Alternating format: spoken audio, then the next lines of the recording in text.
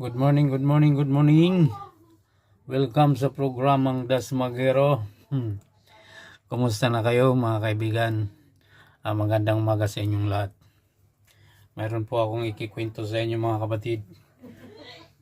16 na individual ang hinatulan ng kamatayan dahil sa pagtayo nila ng illegal na pasugalan ang casino at scamming center. At nangyari ito mga kapatid sa bansang China.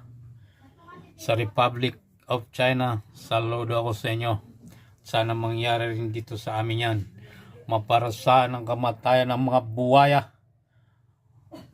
Ang mga nangungurakot sa kaba ng bayan ay balang araw ay maparusahan ng kamatayan.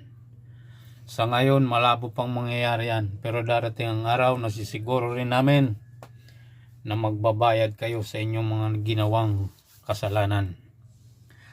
Inuubos nyo ang kayamanan ng Pilipinas, ang pundo, ang kaban ng pera, ang kaban ng bayan.